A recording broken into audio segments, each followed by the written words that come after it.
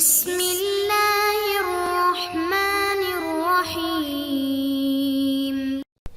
السلام علیکم محترم سامعین اور عزیز طلبہ کرام، امید کرتا ہوں کہ آپ تمام احباب خیر و عافیت سے ہوں گے۔ آج کا ہمارا سبق نمبر 88 ہے، جس میں ہم شاعر الربیع بن زیاد کو پڑھیں گے۔ شاعر کا تعارف کہ یہ ایک شاعر جاہلی ہیں، یعنی زمانہ جاہلیت سے ان کا تعلق ہے، اور اس کے ایک بیٹے حضرت حارث ابن ربیع رضی اللہ عنہ صحابی ہیں اور صحابی گزرے ہیں۔ تو آئیے ان کے اشعار کو پڑھتے ہیں اور اسے سمجھتے ہیں۔ وقال الربیع بن زیاد العبسی حرق قیس علی البلاد حتی اذا اضطرمت اجذما جنیۃ حرب جناها فما تفرج عنه وما اسلما غداة مررت بآل الرباب تعجل بالركض أن تلجما فكنا فوارس يوم الهرير إذا مال سرجك فاستقدما عطفنا وراءك أفراسنا وقد أسلم الشفتان الفما إذا نفرت من بياض السيوف قلنا لها أقدمي مقدما۔ تو آئیے ترجمہ کرتے ہیں۔ حرق مانا جلانا، کسی چیز کو آگ لگانا۔ حرق قیس، قیس نے جلا دیا، علیہ البلاد، مجھے بھی اور شہروں کو بھی۔ البلاد جمع بلد، اور بلد کہتے ہیں کسی بھی ملک کو یا کسی بھی شہر کو۔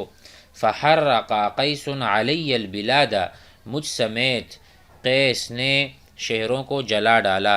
حتی اذا اضطرمت النار، آگ بھڑک اٹھی۔ اضطرمت اصل میں تو ہے اضطرم یضطرم، لیکن جب نار مؤنث ہے تو اضطرمت۔ حتی اذا اشتعلت، اشتعل الناس، اشتعل الرأس شیبا، ٹھیک ہے، تو اضطرمت اشتعلت، جب آگ بھڑک اٹھی۔ اجذما بمعنی فر او سارا سیرا سریعا، تو بھاگ نکلا۔ جب آگ بھڑک اٹھی اچھے سے تو خود بھاگ گیا۔ اجزما کے معنی یہی بھی ہیں کہ اجزما فی السیر، سارا یسیرو چلنا، چلنے میں تیزی اختیار کرنا۔ اور اجزما یدہ بمعنی قطع یدہ، کسی کے ہاتھ کو بھی کاٹنے کے معنی میں بھی آتے ہیں۔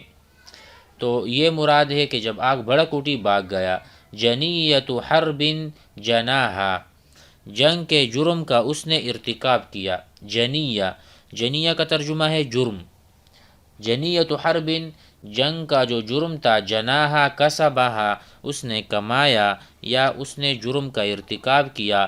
فما تفرج عنہ وما اسلما، تو نہ تو اس سے اس کے ساتھی دور کیے گئے اور نہ وہ دشمنوں کے حوالے کیا گیا۔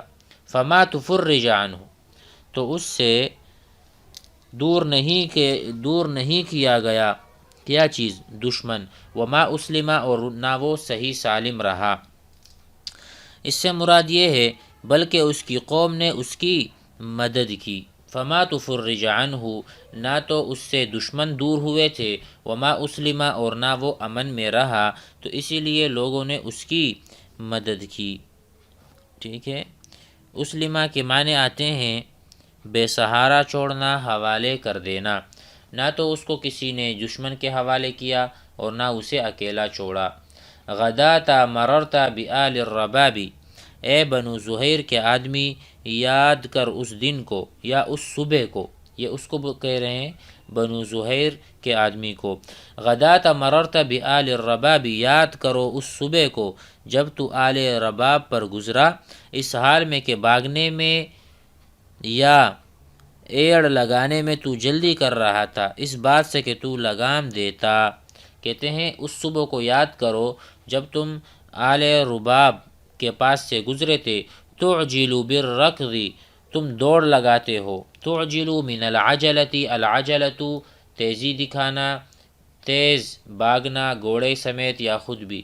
بالرکض، رکض یرکض، اس کے معنی ہے دوڑنا۔ رکض الرجل او رکض الحصان، رکض الفرس، گھوڑا دوڑا۔ بہت تیزی سے۔ تو کہتے ہیں کہ آپ تو بہت تیز دوڑے تھے اس وقت، کیا وجہ تھی؟ ان تلجما، تلجما کے معنی آتے ہیں لگام لگانا، گھوڑے کو اپنے گرفت میں لینا۔ تو اس سے کیا پتہ چلا؟ یہ کہہ رہے ہیں یعنی ڈر اور خوف کی وجہ سے عالم یہ تھا کہ بھاگتے اور گھوڑے کو ایڑ لگاتے ہوئے جلدی میں لگام بھی نہ دے سکا تھا۔ تو اس دن کو، اس صبح کو آپ یاد تو کرو اے آل زہیر۔ فَكُنَّا فَوَارِسَ يَوْمِ الْحَرِيرِ، ہم یوم حریر کے شہ سوار ہیں۔ فَكُنَّا فَوَارِس، ہم شہ سوار ہیں، فوارس جمع فارس، ہم شہ سوار ہیں یوم الحریری، حریر کے دن کے۔ اذا مال سرجک فاستقدما، جب تیرے گھوڑے کا ذین جھک گیا تھا اور آگے بڑھ گیا تھا۔ یہ وہ منظر بتا رہا ہے کہ اس وقت آپ بہت اضطراب کی حالت میں تھے اور آپ ثابت قدم نہیں تھے۔ عدم ثبات سے کنایا ہے، یعنی جنگ حریر میں تو پریشان اور مضطرب تھا۔ مالا یمیلو، جھک جانا، جگہ سے ہٹ جانا، سرجو کا زین، گھوڑے کا جو زین ہے وہ بہت ہٹ گیا تھا، گویا کہ آپ بھی مضطرب تھے۔ فاستقدما، تو وہ گھوڑا بہت آگے چلا گیا۔ عطفنا وراءک افراسنا، ہم نے تمہارے پیچھے، عطفنا تمہارے پیچھے، وراءک اپنے گھوڑے موڑے۔ عطفا عملنا، امالا یمیلو، جس طرح یہاں پر مالا گزرا اسی طرح امالا یعنی دوسری طرف اس کو پھیر دینا۔ تو یہ کہتے ہیں عطفنا ای نحن عملنا وراءک، آپ کے پیچھے، افراسنا اپنے گھوڑوں کو آپ کے پیچھے ہم نے دوڑایا۔ وقد اسلم الشفتان الفما، تو اس حال میں کہ تیرے ہونٹوں نے تیرا منہ چھوڑ دیا تھا، یعنی تو زرد پڑ گیا تھا، خوف کی وجہ سے تیری بری حالت تھی۔ کہتے ہم نے تمہارے پیچھے اپنے گھوڑے موڑے ایسے حال میں کہ تیرے ہونٹوں نے تیرا منہ چھوڑ دیا تھا۔ یہ کنایہ خوف اور اضطراب سے، یعنی خوف کی وجہ سے منہ کھلا کا کھلا رہ گیا تھا، گویا کہ آپ کو ہونٹ ہی نہیں ہے۔ وقد اسلم الشفتان الفما، دونوں ہونٹ، الشفتان دو ہونٹ، الفما منہ، تو منہ کو بالکل اس نے وہ کر دیا تھا۔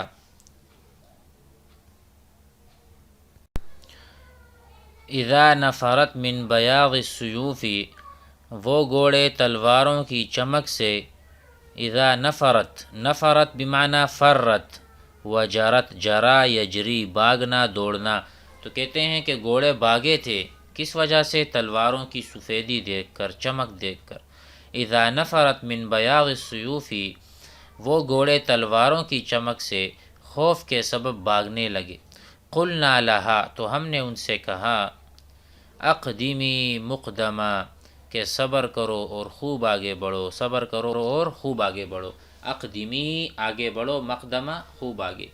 تو نفرت من النفیر ہے، النفیر العام آپ حضرات نے سنا ہوگا۔ تو امید ہے کہ آج کا سبق بھی آپ حضرات کے سمجھ میں آ گیا ہوگا۔ مزید آگے پڑھ لیتے ہیں۔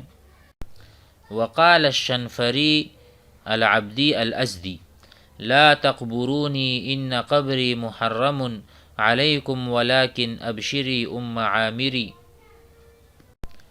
اذا احتملوا رأسی وفی الرأس اکثری وہودر عند الملتقى ثم سائری هنالك لا ارجو حیاة تسرنی سجیس اللیالی مبسلا بالجرائر۔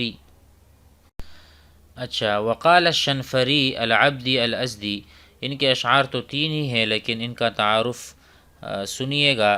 ان اشعار کا پس منظر یہ ہے کہ بنو شیبان شاعر مذکور شنفری ازدی کو بچپن ہی میں قیدی بنا کر لے گئے تھے۔ کون لے گئے تھے؟ بنو شیبان لے گئے تھے ان شاعر کو، اور ان کو بنو سلامان کے حوالے کر کے بدلے میں اپنا آدمی رہا کروایا۔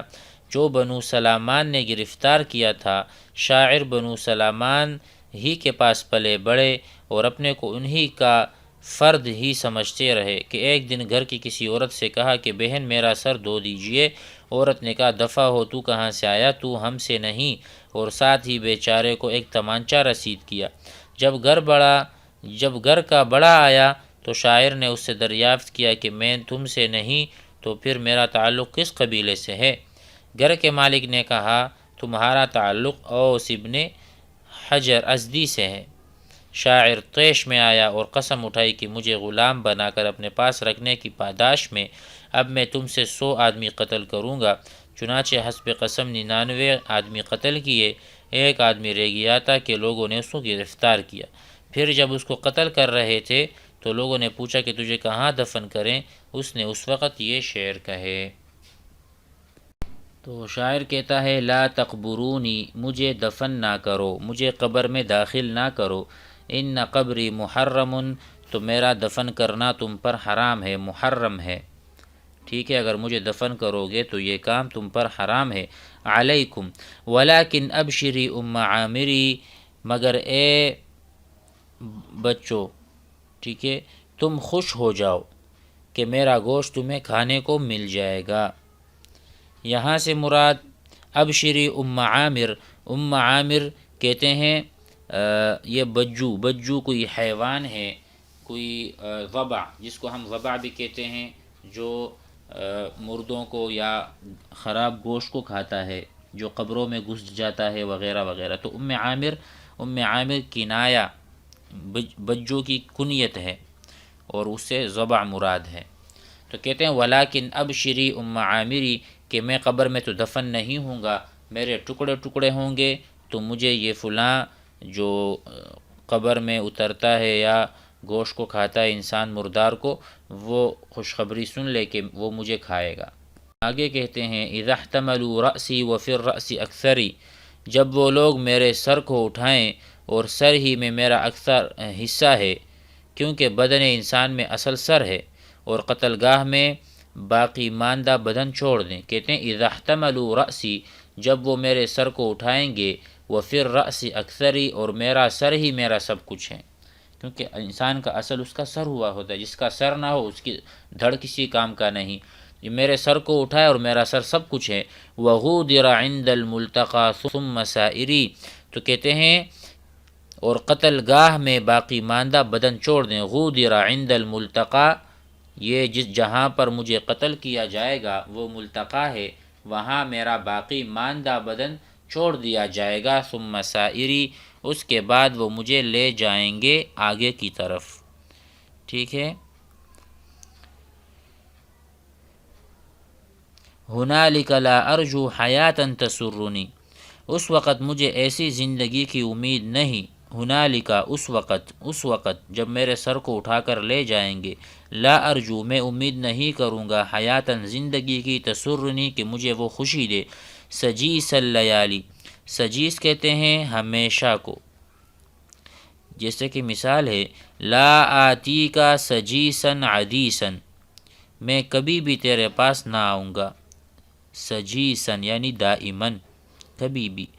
تو کہتے ہیں سجیس اللیالی مبسلاً بالجرائری، کہتے ہیں کیونکہ میں ہمیشہ جرائم میں چھوڑا گیا ہوں اور جرائم کا مرتکب رہا ہوں، تو مجھے ایسی زندگی کی امید نہیں جو مجھے خوش کرے، کیونکہ میں نے اتنا کچھ کیا ہوا ہے، اگر میں زندہ بھی رہوں گا تو میں خیر نہیں دیکھوں گا، مجھے تشفی اور مجھے سکون اطمینان نہیں ملنے والا۔ تو کہتے ہیں ہمیشہ کے لیے میں نہیں دیکھوں گا کوئی بھی خوشی، لہٰذا موت میرے لیے بہتر ہے۔ سجیس یعنی ہمیشہ کی خوشی، مبسلاً، مبسل کہتے ہیں چھوڑا گیا، حوالہ کیا گیا، بالجرائری، اور جرائر کہتے ہیں جرائم کو، بہت سارے میرے جرائر ہیں، مجھے اگر کوئی چھوڑ بھی دے گا تب بھی میرے اپنے کو بھی فائدہ نہیں۔ امید ہے کہ سبق آپ حضرات کو سمجھ میں آ گیا ہوگا۔ والسلام علیکم۔